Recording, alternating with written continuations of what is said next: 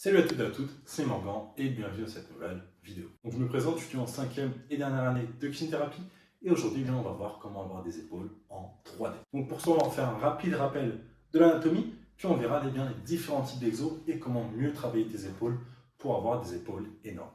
Pour ça du coup on va revoir l'anatomie et tout d'abord on va rappeler que tu as 3 faisceaux dans ton deltoïde. On a le faisceau antérieur qui s'attache du coup sur la clavicule et qui se termine au niveau de ton V deltoïdien, sur ton numérus à ce niveau-là. Tu as également le faisceau moyen qui s'attache sur l'acromion pour se terminer également au niveau de ton numérus à ce niveau-là. Et enfin, le faisceau postérieur qui s'attache sur l'épine scapulaire et qui se termine encore une fois sur ton numérus. Ton deltoïde, c'est vraiment le muscle qui englobe ton épaule, qui permet différents types de mouvements allant de l'adduction horizontale à l'abduction horizontale, également l'abduction tout court. Un muscle qu'on peut travailler sous différents angles. Tout d'abord, pour travailler un muscle efficacement, il faut le travailler dans l'axe de ses fibres. Donc, concernant ton deltoïde, on retrouve différents axes.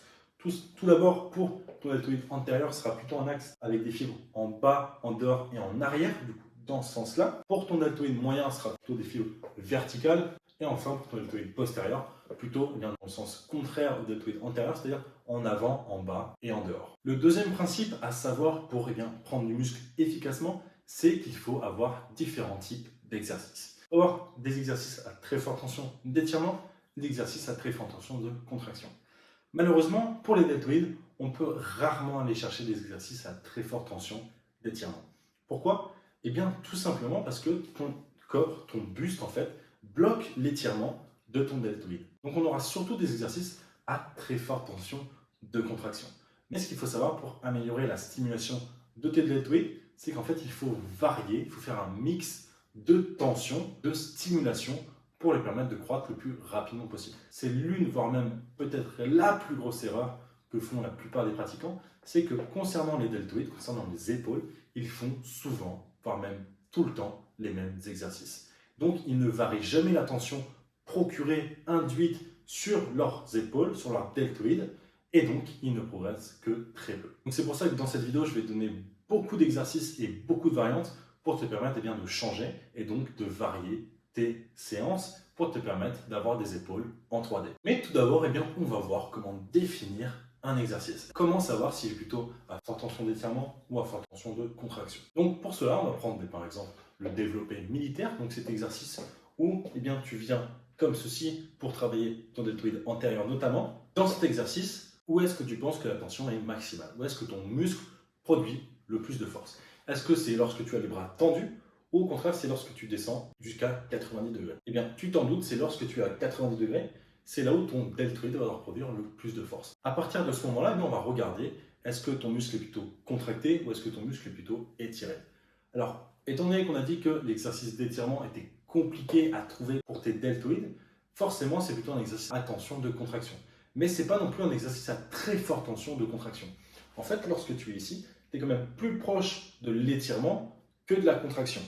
Donc c'est pour ça que c'est un exo qui serait plutôt mixte, mais qui se pencherait quand même un peu plus vers l'étirement légèrement, sans être à très forte tension d'étirement. Donc c'est quand même un super bon exo qui te permettra de développer des épaules en 3D et tu peux l'associer avec des élévations antérieures par exemple pour venir travailler, pour venir solliciter encore plus ton deltoïde antérieur. Concernant les élévations antérieures, tu peux les faire aux haltères mais également à la poulie. Et qu'est-ce que ça va réellement changer? Eh bien, si tu les fais debout aux haltères, le moment le plus compliqué sera à l'horizontale lorsque ton épaule sera à 90 degrés de flexion. Et si tu le fais à la poulie, tout dépend à quel degré tu gères la poulie. À la poulie, ce qu'il faut regarder, c'est l'angle entre ton avant-bras ou ton bras et l'axe de la poulie. Si cet axe est à 90 degrés, ce qui peut arriver très vite, par exemple à ce niveau-là, à 45 degrés, on peut déjà être à 90 degrés entre l'axe de la poulie et ton bras, ce qui fait que ce serait ce moment-là le plus difficile. Et c'est pour ça que je t'ai dit que l'erreur principale des gens lorsqu'ils voulaient travailler leurs épaules, c'est qu'ils ne variaient pas assez les exercices, en tout cas les variantes. Donc en fait, pour le même exercice, le fait de le faire aux haltères ou à la poulie change totalement la tension induite sur ton deltoïde. Aux haltères, ce sera à 90 degrés le moment le plus difficile, et à la poulie, en fonction de comment tu la gères, ce serait plutôt 45 degrés. Et ça change la tension qui est plutôt d'étirement sur le premier et qui partirait plutôt vers l'étirement, en tout cas vers le mix des deux sur la seconde à la poulie. Donc maintenant qu'on a vu bien notamment le deltoïde antérieur, on va passer au deltoïde moyen. Un très bon exercice de base polyarticulaire pour ton deltoïde moyen, c'est le tirage menton. Pour le tirage menton, le moment le plus difficile, eh bien, tu l'as deviné, c'est à ce niveau-là. Lorsque tu es à 90 degrés, c'est là où ton deltoïde produira le plus de force. À ce niveau-là, eh tu es plutôt en contraction. Donc le tirage menton est un très bon exercice à forte tension de contraction. Et tu peux le cumuler aux élévations latérales. Là encore une fois, tu peux le faire aux haltères de cette façon où le moment le plus difficile sera également à 90 degrés. Ou tu peux le faire à la poulie et venir travailler d'une différente manière pour avoir une tension différente.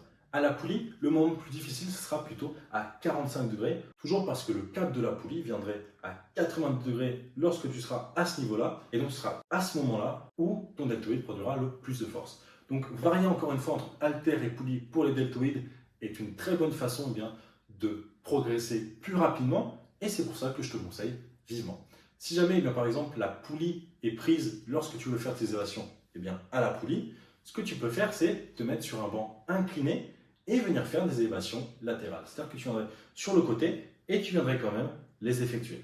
Là, certes, tu n'aurais pas de poulie, mais la gravité étant toujours constante et verticale, le moment où tu serais horizontal, en tout cas que ton bras serait horizontal, perpendiculaire par rapport à la gravité, changerait et ne serait plus à 90 degrés d'abduction, mais plutôt à 45 également. Ce qui fait que ton deltoïde serait plus étiré que si tu le faisais debout aux haltères. Maintenant, concernant ton dernier faisceau qui est le deltoïde postérieur, tu vas pouvoir venir faire des élévations postérieures. Que ce soit aux haltères, mais également à la poulie. Toujours pour la même explication, en fait, ça va changer la manière dont la tension est appliquée sur ton muscle, et donc ça va lui permettre de croître beaucoup plus rapidement. Et c'est ce qu'on veut si tu veux des épaules en 3D. Donc, je te conseille de varier de temps à autre, pas forcément d'une séance à l'autre des variantes d'exercice, mais plutôt d'un microcycle à un autre, voire même d'un mésocycle à un autre. Donc voilà tout pour cette vidéo sur comment avoir des épaules en 3D. J'espère que celle-ci t'aura appris 2-3 choses pour te permettre d'atteindre cet objectif. Sache que si tu es motivé et prêt à progresser, j'ai une très bonne offre pour toi. J'ai mis du temps de côté sur mon planning pour discuter avec toi de tes objectifs. Durant ce rendez-vous totalement gratuit, on analysera ta situation et on identifiera les choses qui te freinent dans ta progression pour te permettre d'avoir le meilleur physique possible. Donc si cela t'intéresse, tu peux prendre rendez-vous en cliquant sur le premier lien dans la description et nous on se retrouve de l'autre côté. Ciao ciao.